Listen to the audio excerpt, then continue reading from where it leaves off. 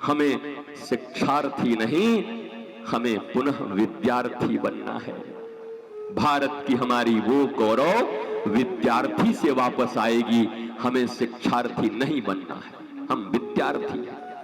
हमें मोक्ष भी चाहिए, हमें ज्ञान भी चाहिए, हमें आत्मज्ञान भी चाहिए। इस मनुष्यता का विश्राम कहां पर है? हम कौन हैं? क्यों आए हैं? क्यों इतना भोग रहे हैं दुख? जबकि मैं सिंह हूं, ये विद्या ही बता सकती है। और ये विद्या पुनः उसी गुरुकुलम परंपरा से प्रारंभ होगी। और याद रखो, गुरुकुलम की परंपरा कैसे प्रारंभ होगी? इस ब्रह्मांड में एक एक आवाज रिकॉर्ड होती है। और आज मैं तुम्हें कहता हूं, अगर ये बातें रिकॉर्ड करके रख ली गई और विश्व बचा रहा प्रलय होने से, तो मुश्किल से 100 साल और लगेंगे। जिस प्रकार क्वांटम कंप्यूटिंग चल रही है, जिस प्रकार से विज्ञान का पुनः खोज हो रहा है प्राचीन दिशा में, मुझे यह विश्वास है कि श्री कृष्ण ने गीता जिस आवाज में अर्जुन को सुनाई थी, वो आवाज भी कैप्चर है। उस आवाज को भी पकड़ के वैसे सुनवा दिया जाएगा।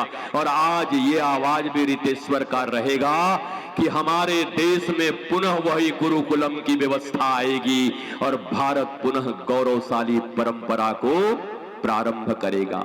स्वस्थ रहिए, मस्त रहिए, आनंदित रहिए, आह्लादित रहिए।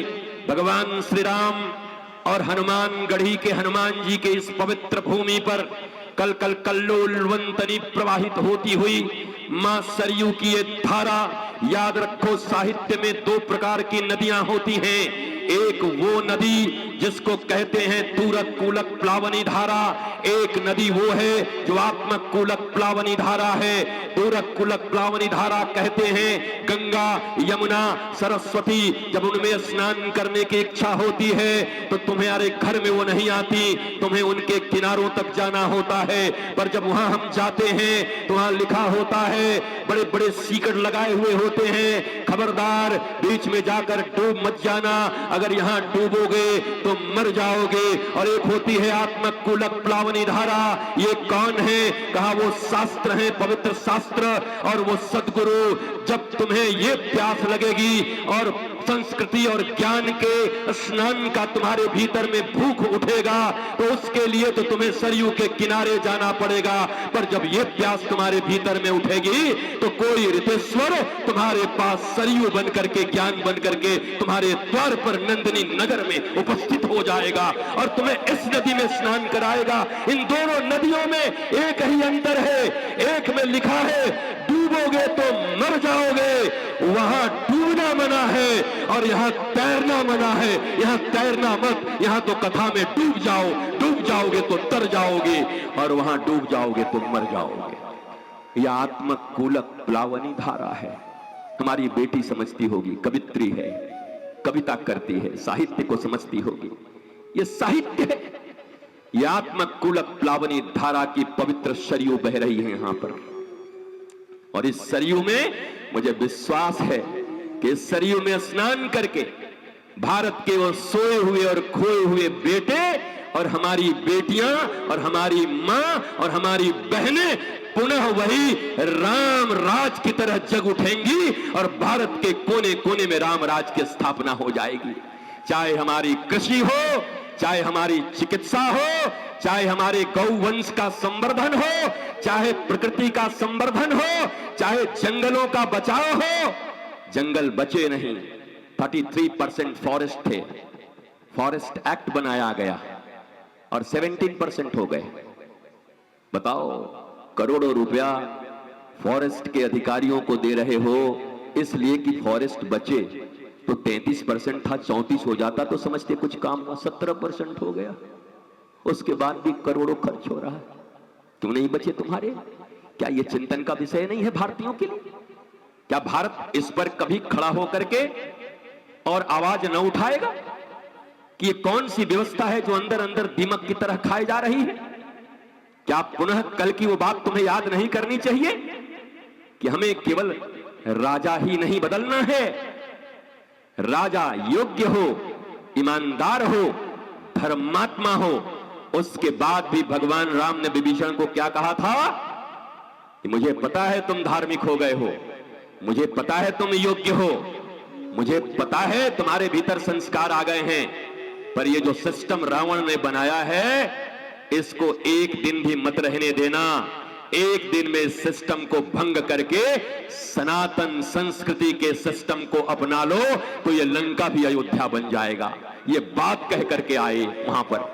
तो हमें केवल राजा के परिवर्तन से भी कुछ नहीं होगा, व्यवस्था चाहिए, सिस्टम बदलना होगा।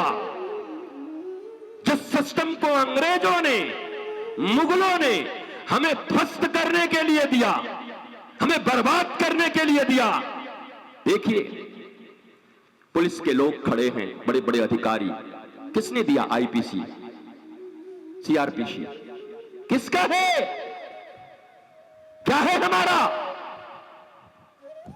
इसलिए हमें देरी नहीं करनी।